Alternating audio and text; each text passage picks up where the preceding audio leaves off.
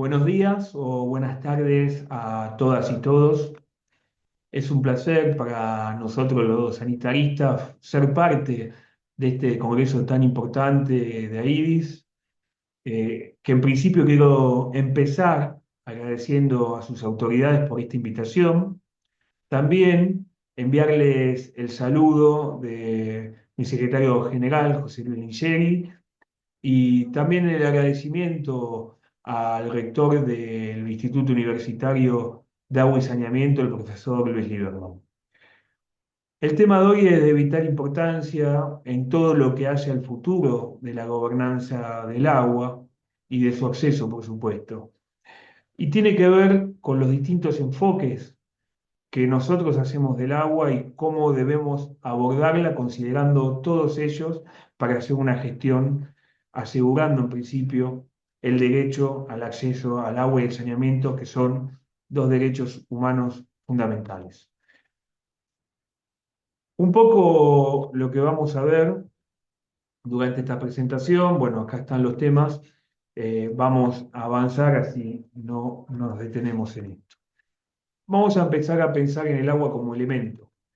Si nosotros sabemos que tenemos en el planeta que principalmente el 70% aproximadamente del planeta es agua, esto lo vemos en el primer gráfico, sabemos que el agua dulce es una porción muy pequeña, pero cuando vamos a la descomposición de lo que es el agua dulce, vemos que la parte accesible, y hablamos de accesible no solamente de una accesibilidad física, sino también pensándolo en su potabilización, es muy pequeña.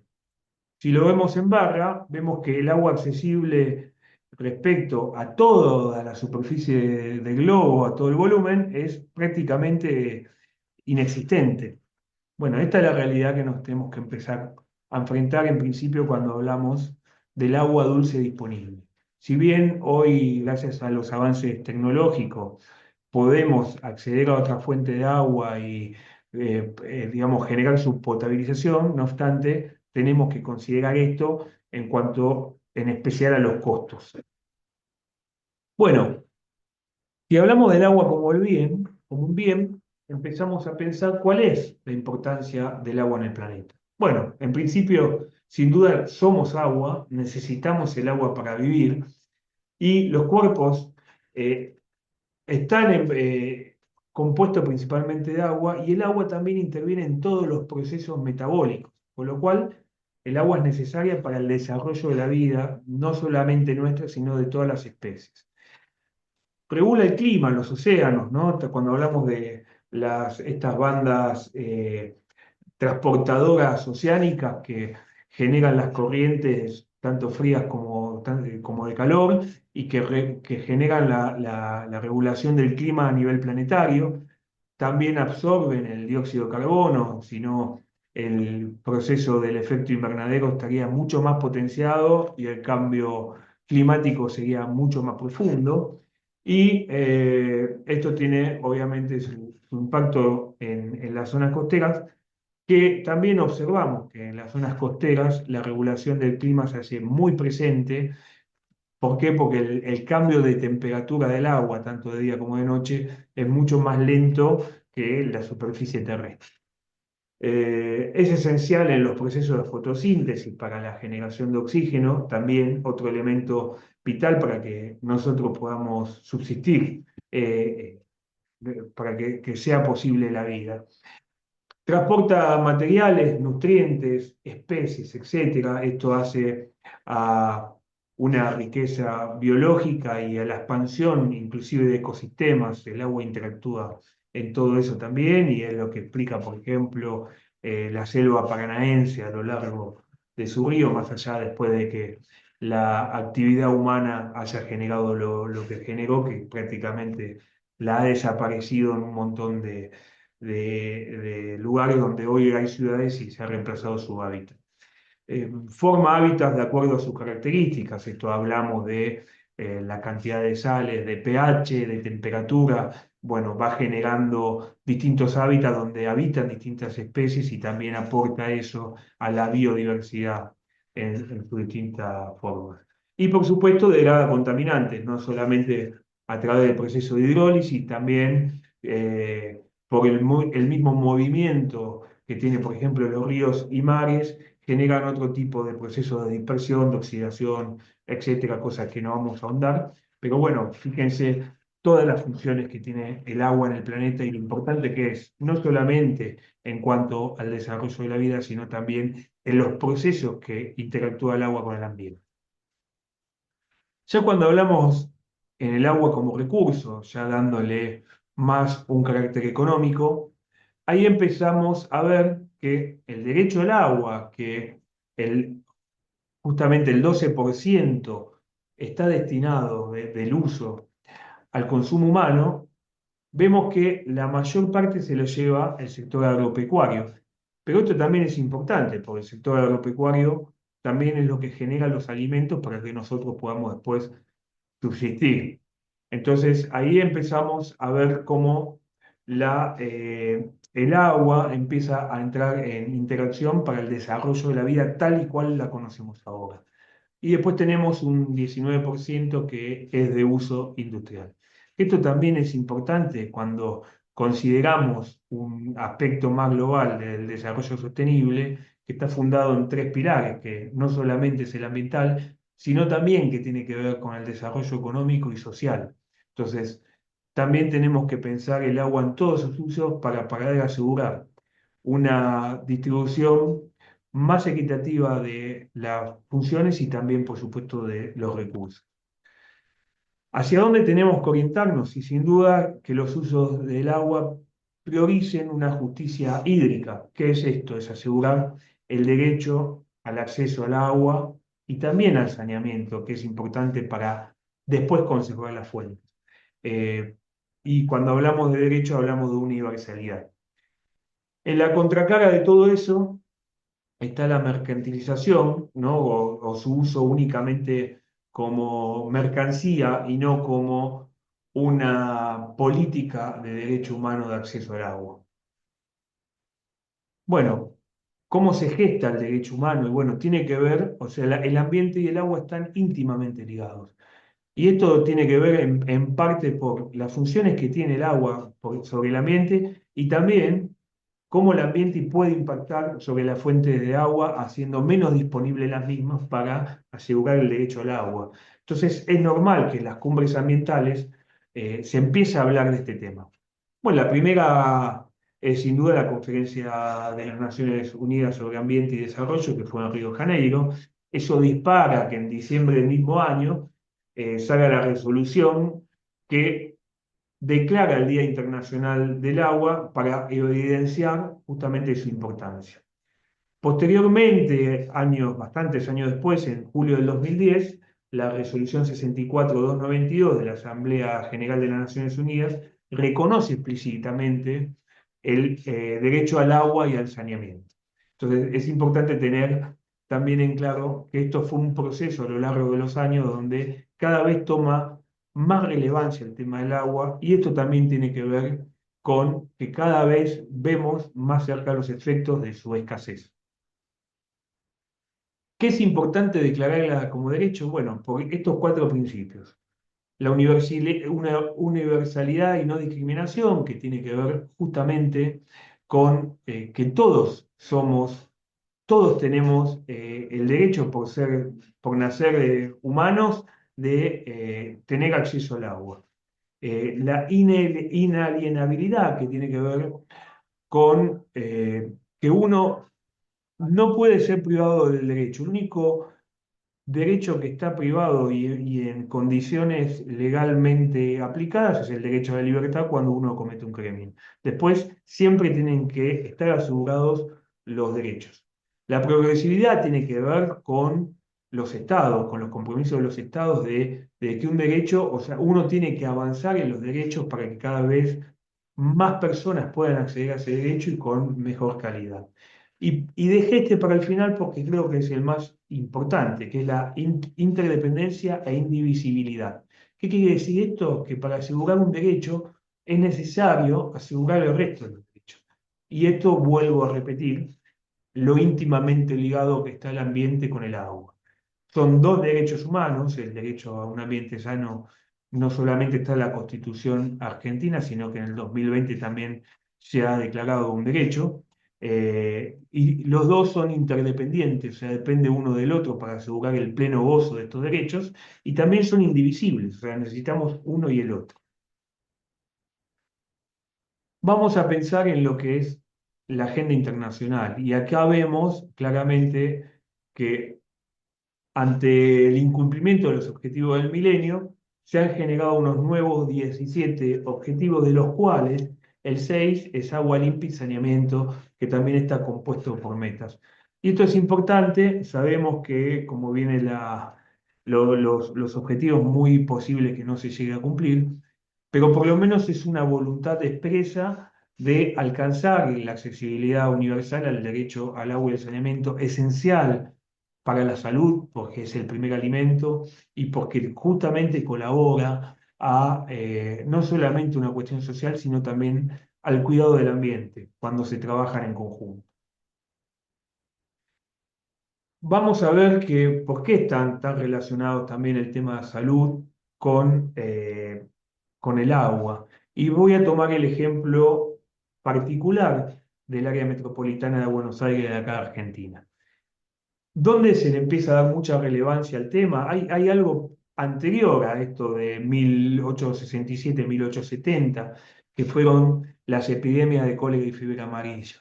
Y justamente se da cuando empieza a haber una vida política más fuerte en Argentina, allá por el 1810, plena etapa de revolución, donde la vía pública empieza a tener un poco más de sentido político y se empiezan a juntar en la calle para hacer reuniones. Bueno, ahí en esa época las aguas servidas corrían libremente por las acequias y empiezan a notarse justamente que hay olores y presencia de vectores como mosquitos, moscas, etcétera, que generan una cierta incomodidad. Pero bueno, no es hasta 1867, 1870 donde, posterior a estas epidemias de cólera y fiebre amarilla, se da una importancia al tema del agua y saneamiento y se empiezan a pensar en políticas públicas para hacer frente, teniendo como estrategia justamente estos dos servicios. En 1912 se crea Obra Sanitaria de la Nación a través de la Ley 8.889, generando un hito importante en la política sanitaria en el país. En el medio ocurre que se genera el primer Ministerio de Salud a través del doctor Carrillo, donde se le da también un sentido sanitarista al tema del agua y saneamiento. En 1971 hay una descentralización donde se empieza a regionalizar para posteriormente, en 1993, pensemos época del consenso de Washington, globalización.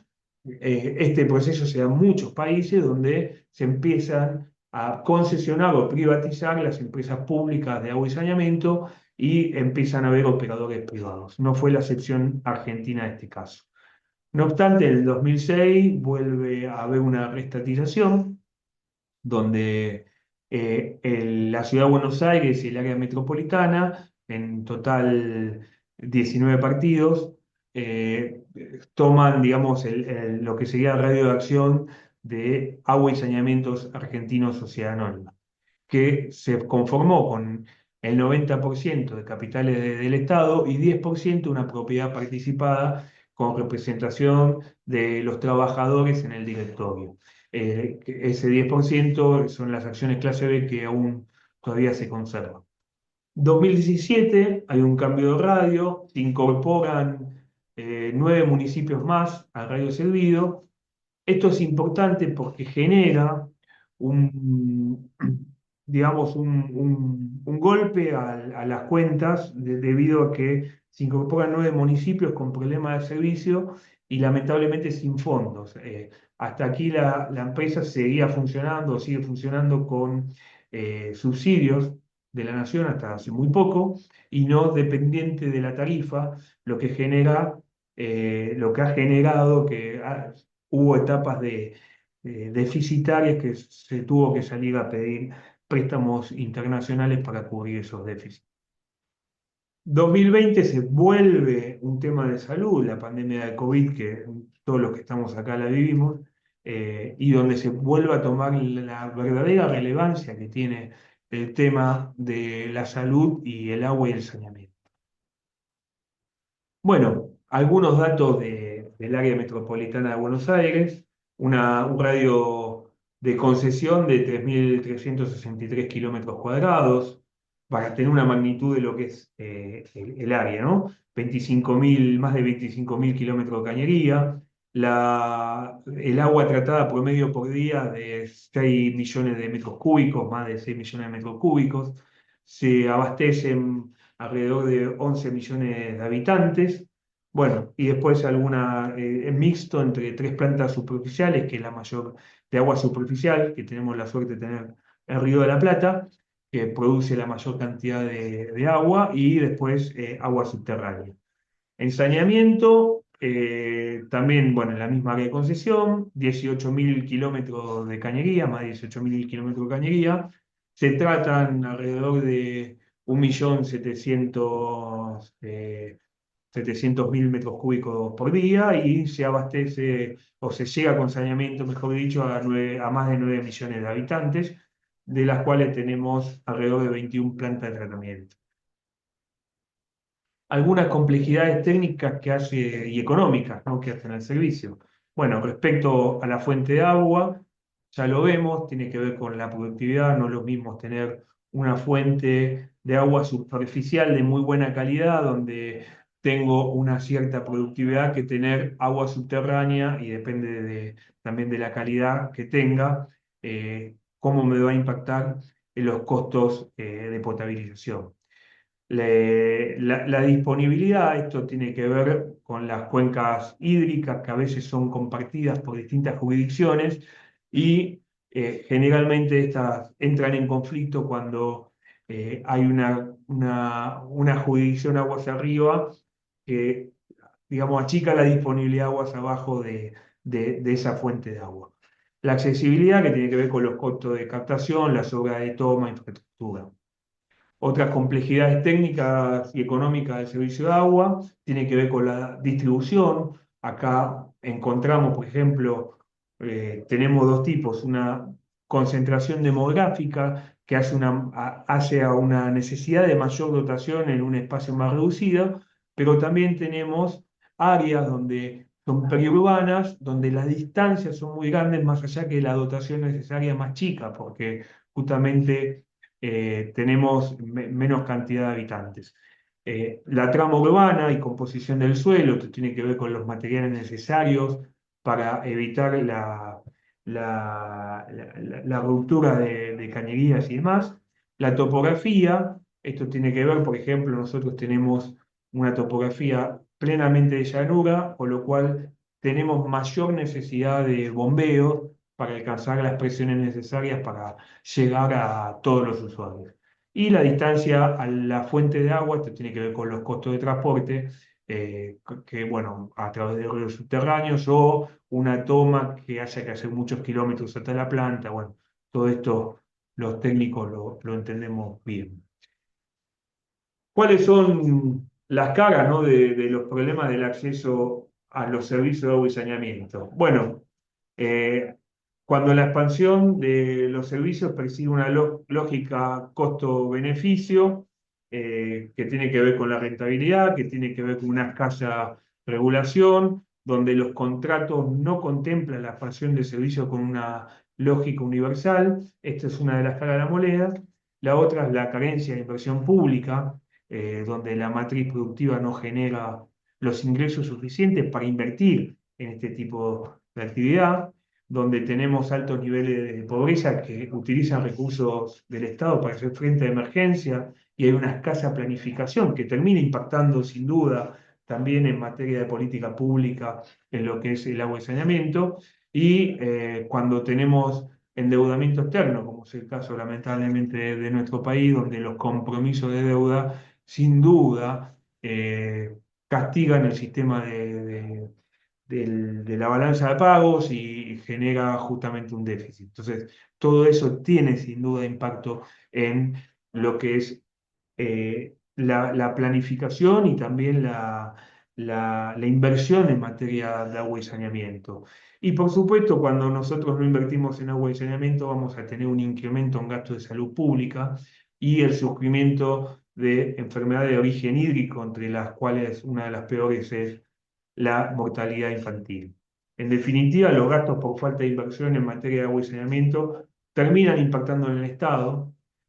Por otra parte, la salud y la vida no pueden medirse como costos económicos. Esta es una conclusión muy importante porque no solamente todo se mide en números, sino también hay que pensarlo en la salud de la población y en la cuestión social. Como conclusiones de esta presentación, bueno, la gestión del agua es necesario que la empecemos a pensar desde los distintos aspectos, que hagamos un abordaje integral y holístico de cómo vamos a hacer la gobernanza de agua de aquí al futuro, con una perspectiva de sostenibilidad, pensando en todos sus usos, pero siempre priorizando el acceso al derecho del agua y el saneamiento, que es indispensable para el desarrollo de la vida como la conocemos hoy. Es por eso que la inversión en materia de expansión para esto no puede estar atado a los cambios de contextos económicos y sin duda requiere de planificación y de un plan estratégico que permita su sostenibilidad en el tiempo, o sea, que permita que la inversión en materia y saneamiento no sea inestable, sino que tenga una política de Estado que trascienda a todos los gobiernos. Y por último, y no menos importante, que la tarifa de los servicios de agua y saneamiento tiene que estar dimensionada de forma tal que pueda cubrir los gastos de operación y mantenimiento. Y por supuesto, si es posible, también parte de la inversión para alcanzar cada vez más a la mayor parte de la población para que se cumpla esto que estábamos hablando como derecho, que es la progresividad. Desde ya, muchas gracias por su atención y les deseo una excelente jornada. Muchas gracias a las autoridades de AIDIS nuevamente por la invitación y estamos en contacto para lo que necesiten y ya estoy conectado para las preguntas que quieran hacer. Muchas gracias.